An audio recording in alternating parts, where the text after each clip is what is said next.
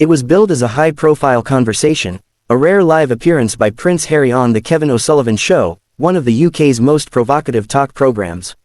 Harry, eager to discuss his latest philanthropic ventures and upcoming documentary on mental health, had cautiously agreed to the sit-down despite reservations about Kevin's combative reputation. His team had been assured it would be a balanced and respectful interview. It turned out to be anything but. From the moment Harry walked onto the set, the air felt charged. Kevin greeted him with a firm handshake and a smile that didn't quite reach his eyes. The applause from the audience felt more curious than warm. Cameras rolled, the lights dimmed slightly, and the first question dropped like a thunderclap.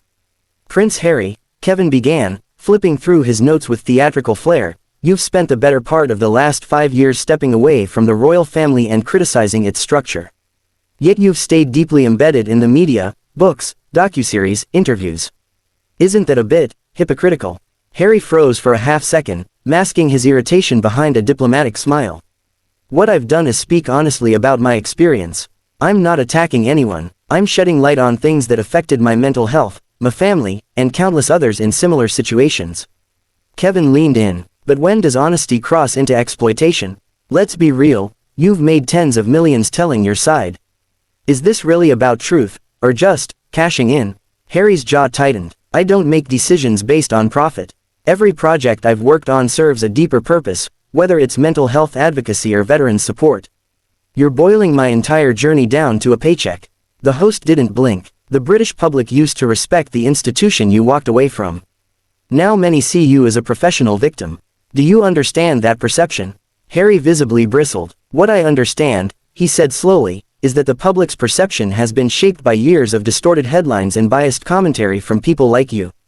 A few audience members gasped. Kevin chuckled dryly. "So the media's the villain, and you're the hero." "I'm not claiming to be a hero," Harry shot back. "But I won't let people like you rewrite my story with mockery and half-truths." Kevin then pulled out a printed quote from Harry's memoir. "My brother screamed at me, my father said things that weren't true. This was broadcast globally. Didn't you think for one moment about the impact those words would have on your family?" Harry's expression darkened. "And what about the impact years of silence had on me? On Meghan? My family had every opportunity to speak with me privately. Instead, they stayed silent while the tabloids fed off lies." At that point, the conversation took a sharp, unsalvageable turn. Kevin shook his head and said with a smirk, "Sounds like a man still clinging to grudges, not healing." Harry stood abruptly, eyes blazing. "You invited me here under the pretense of a respectful dialogue. This is an ambush. You're not a journalist, you're an opportunist." Without waiting for a response, Harry pulled off his mic and dropped it on the arm of the chair. The production team panicked, scrambling to cut to commercial as he strode off stage. Kevin looked momentarily stunned but quickly recovered. Turning to the camera, he quipped, "Well, Prince Harry has left the building." The stunned silence in the studio was broken only by the confused murmurs of the audience. Backstage, security escorted Harry out a side door while his team tried to contain the damage. News outlets were already running headlines before the segment even ended, and within minutes, social media erupted. The prince's walk-off wasn't just news, it was a cultural explosion. And this was only the beginning. Prince Harry's team was in a frenzy, phones buzzing as they tried to get ahead of the media firestorm already spreading like wildfire.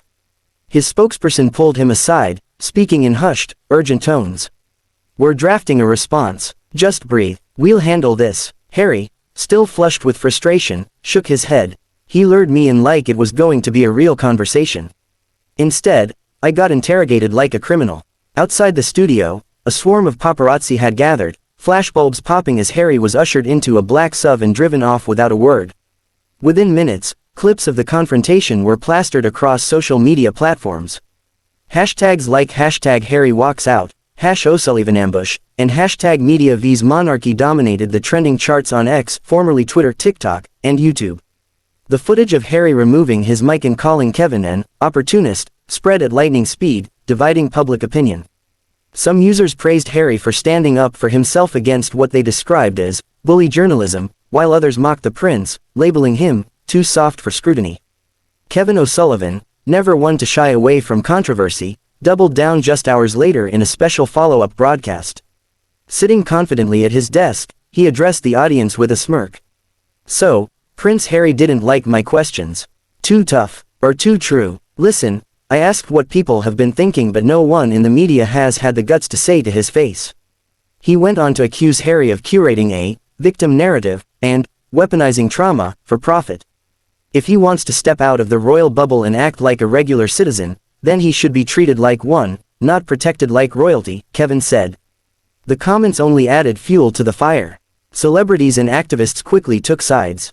Meghan Markle reportedly was furious, calling the interview a disgraceful attack, while friends of Harry, including mental health advocates, condemned Kevin's approach.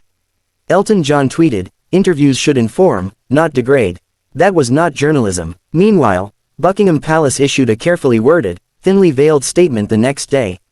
The documentary's marketing team, seizing the opportunity, pushed a new subtitle for the premiere episode. "When They Try to Break You, the Media Machine and the Price of Speaking Out." Streaming platforms reported a massive spike in pre-release interest. Meanwhile, the controversy left Kevin O'Sullivan's show under scrutiny. Several major advertisers, including a leading UK telecom brand, quietly pulled their sponsorship from the next week's broadcast. Industry whispers suggested executives were concerned about the optics of aggressive ambush journalism. Still, Kevin's ratings had soared. And in the world of television, numbers often matter more than reputation. The incident drew a thick line in the sand, a modern clash between a royal trying to reclaim his voice and a media culture hungry for spectacle. And while neither man apologized, their confrontation sparked a wider debate about trauma, truth, and the responsibility that comes with both telling and questioning someone's story. As Prince Harry's documentary aired weeks later to record viewership, one thing became clear: the interview meant to diminish him had instead amplified his voice louder than ever before.